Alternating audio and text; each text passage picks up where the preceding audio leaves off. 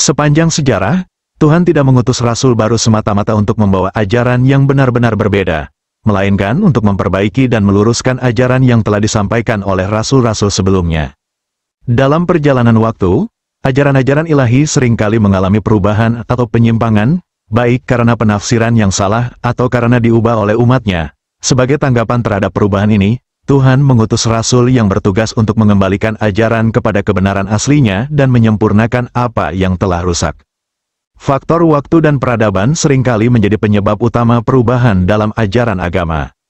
Ketika ajaran asli yang dibawa oleh seorang rasul terdistorsi oleh tangan manusia atau dipengaruhi oleh budaya dan kebiasaan yang berkembang, pengutusan seorang rasul baru menjadi bagian dari mekanisme koreksi Tuhan untuk menjaga keutuhan pesannya. Setiap rasul yang datang membawa misi yang konsisten, memulihkan, meluruskan, dan menyempurnakan ajaran ilahi yang telah ada, sehingga tetap relevan dan bermanfaat bagi umat manusia dari masa ke masa. Halo Sobat Monteza, di video kali ini akan dibahas, kenapa setiap umat agama suka mengubah ajaran asli agamanya. Nah, bagaimana pembahasan selengkapnya? Yuk tonton video ini sampai habis.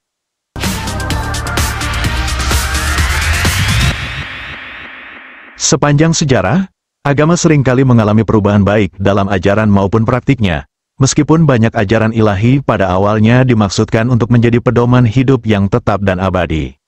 Perubahan ini sering terjadi karena berbagai faktor, mulai dari interpretasi yang berbeda-beda, pengaruh budaya setempat, hingga manipulasi politik oleh penguasa. Setiap agama yang besar termasuk Yahudi, Kristen, dan Islam telah menghadapi tantangan yang menyebabkan beberapa bagian dari ajaran aslinya disesuaikan atau dimodifikasi untuk menghadapi tantangan zaman atau kondisi sosial tertentu. Dalam banyak kasus, umat suatu agama mungkin tidak secara sengaja mengubah ajaran asli, tetapi pengaruh waktu, budaya, dan kebutuhan sosial membuat ajaran tersebut berkembang atau berubah seiring berjalannya waktu. Faktor inilah yang kemudian menjadi alasan mengapa Tuhan mengutus nabi dan rasul dari waktu ke waktu, untuk memperbaiki ajaran-ajaran yang telah diselewengkan atau dilupakan oleh umat manusia. Selain pengaruh budaya, politik, dan sosial, faktor kebodohan juga memainkan peran penting dalam perubahan ajaran agama.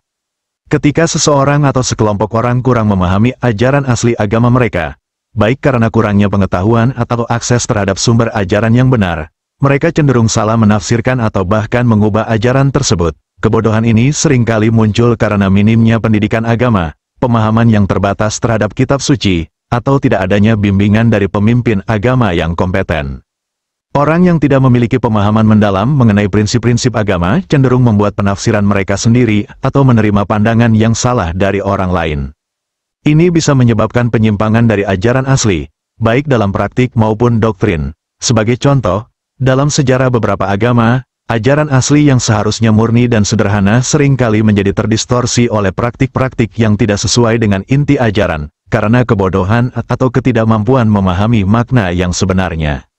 Kebodohan ini bukan hanya tentang kurangnya pengetahuan formal, tetapi juga dapat mencakup ketidakmampuan untuk membedakan antara ajaran yang benar dan tradisi yang berkembang secara lokal. Hal ini memperlihatkan bagaimana pentingnya pendidikan agama yang mendalam dan bimbingan dari otoritas yang terpercaya untuk menjaga agar ajaran asli tidak berubah atau terdistorsi oleh kebodohan umat.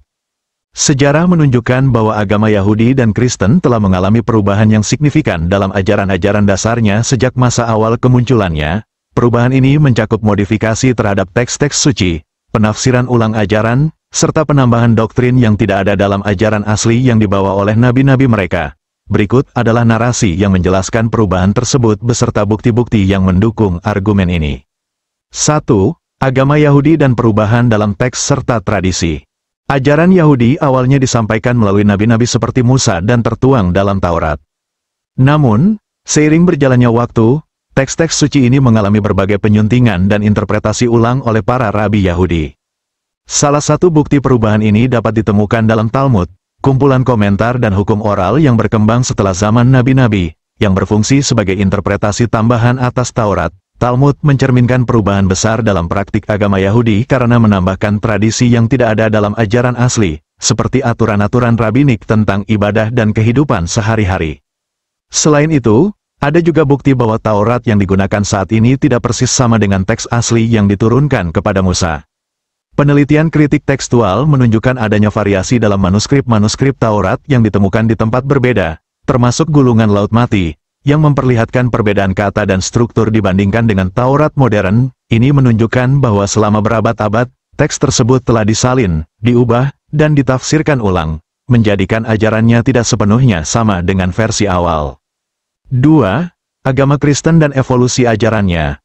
Agama Kristen juga mengalami perubahan signifikan sejak awal kemunculannya. Yesus Kristus, yang diyakini sebagai Mesias oleh umat Kristen, membawa ajaran yang bersumber dari Taurat dan Injil. Namun, setelah masa Yesus, pengajaran Kristen berubah secara drastis, terutama dengan pengaruh Rasul Paulus, yang banyak diakui telah menambahkan elemen-elemen teologis yang tidak langsung berasal dari ajaran Yesus.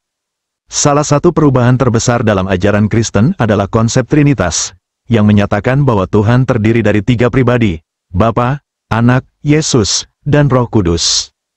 Konsep ini berkembang setelah masa Yesus dan tidak pernah secara eksplisit diajarkan oleh Yesus sendiri dalam Injil. Trinitas baru menjadi doktrin resmi Kristen setelah Konsili Nisia pada tahun 325 Masehi, yang mengesahkan konsep ini sebagai bagian integral dari iman Kristen. Banyak ahli teologi berpendapat bahwa doktrin ini merupakan hasil perkembangan pemikiran teologis yang tidak sesuai dengan ajaran asli Yesus yang lebih monoteistik, seperti yang tercermin dalam pernyataannya, Tuhan kita adalah satu. Selain itu, Perjanjian Baru, kumpulan tulisan yang dianggap suci oleh umat Kristen, mengalami beberapa kali penyuntingan dan penambahan selama beberapa abad. Injil-Injil yang terdapat dalam Perjanjian Baru, seperti Injil Matius, Markus, Lukas, dan Yohanes, tidak ditulis oleh saksi langsung peristiwa yang mereka gambarkan, melainkan oleh orang-orang yang hidup beberapa dekade setelah Yesus. Berbagai versi Injil ini menunjukkan adanya variasi dalam penulisan dan pengajaran yang mencerminkan pemahaman yang berbeda-beda tentang Yesus dan ajarannya. 3. Bukti arkeologis dan kritik tekstual. Penemuan arkeologis, seperti gulungan Laut Mati dan manuskrip kuno lainnya, memberikan bukti kuat bahwa teks-teks agama Yahudi dan Kristen mengalami perubahan dari waktu ke waktu. Gulungan Laut Mati, misalnya, menunjukkan variasi yang cukup signifikan dalam teks-teks Taurat dibandingkan dengan versi yang digunakan sekarang oleh orang Yahudi dan Kristen.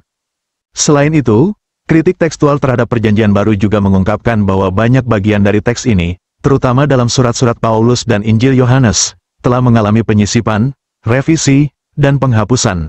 Penelitian akademis menunjukkan bahwa beberapa ajaran yang dipegang teguh oleh gereja Kristen modern, seperti beberapa kepercayaan tentang inkarnasi dan keilahian Yesus, tidak ada dalam teks awal dan merupakan hasil dari pengembangan teologis yang terjadi setelah masa hidup Yesus. Kesimpulan, perubahan dalam agama Yahudi dan Kristen adalah hasil dari proses sejarah yang panjang, di mana ajaran asli mengalami interpretasi ulang, penyuntingan teks, serta adaptasi terhadap perubahan sosial, politik, dan budaya. Baik dalam hal penambahan hukum rabinik dalam Yudaisme maupun doktrin seperti Trinitas dalam kekristenan, ajaran-ajaran agama ini telah berkembang jauh dari bentuk aslinya. Bukti dari kritik tekstual, penemuan arkeologis, dan sejarah teologis menunjukkan bahwa agama Yahudi dan Kristen yang ada saat ini tidak persis sama dengan ajaran yang dibawa oleh nabi-nabi mereka. Walaupun umat Islam meyakini bahwa inti ajaran Islam, terutama yang terkandung dalam Al-Quran, belum mengalami perubahan, kenyataannya sebagian umat sudah memperkenalkan hal-hal baru yang tidak memiliki landasan kuat dalam ajaran asli agama. Fenomena ini sering disebut dengan istilah bid'ah, yaitu penambahan atau pengubahan ajaran dan praktik yang tidak didukung oleh sumber utama agama, yaitu Al-Quran dan Sunnah. Salah satu bentuk nyata dari perubahan ini adalah munculnya berbagai aliran dan sekte dalam Islam. Seiring berjalannya waktu, umat Islam terpecah menjadi berbagai kelompok yang memiliki pemahaman dan praktik yang berbeda-beda. Contohnya adalah Syiah, yang memiliki keyakinan berbeda dalam hal kepemimpinan umat setelah Nabi Muhammad, dan Mu'tazilah, yang cenderung mengedepankan akal dalam menafsirkan ajaran agama. Perbedaan ini menunjukkan bahwa di dalam Islam sendiri, terdapat berbagai interpretasi yang kadang berbeda jauh dari ajaran yang dipraktikkan oleh Nabi Muhammad dan para sahabat. Nabi Muhammad sendiri telah memperingatkan akan hal ini dalam sebuah sabda, Islam bermula dalam keadaan asing, dan akan kembali terasing seperti semula, maka beruntunglah orang-orang yang terasing. Hadis ini mengisyaratkan bahwa seiring berjalannya waktu, ajaran Islam yang murni mungkin hanya akan dipegang oleh segelintir orang saja, Sementara mayoritas umat bisa jadi terpengaruh oleh perubahan dan penyimpangan yang terjadi di berbagai tempat dan zaman. Perpecahan dalam umat Islam ini tidak hanya soal perbedaan dalam ritual, tetapi juga menyangkut pandangan teologis, politik, dan sosial. Setiap kelompok mengklaim bahwa interpretasinya adalah yang paling benar, yang menyebabkan keragaman ajaran dalam Islam semakin meluas. Jika dibiarkan, tidak menutup kemungkinan bahwa ajaran Islam perlahan akan mengalami perubahan besar dan bisa jadi menyimpang jauh dari ajaran aslinya. Ini bisa terjadi jika umat tidak kembali kepada sumber utama agama dan terus melestarikan penafsiran yang benar dari generasi ke generasi. Maka, menjadi tugas setiap muslim untuk berpegang teguh pada ajaran yang murni, berusaha memahami Islam dari sumber-sumber asli seperti Al-Quran dan Sunnah, serta menghindari pengaruh penyimpangan yang dapat membawa umat jauh dari ajaran yang telah diturunkan kepada Nabi Muhammad.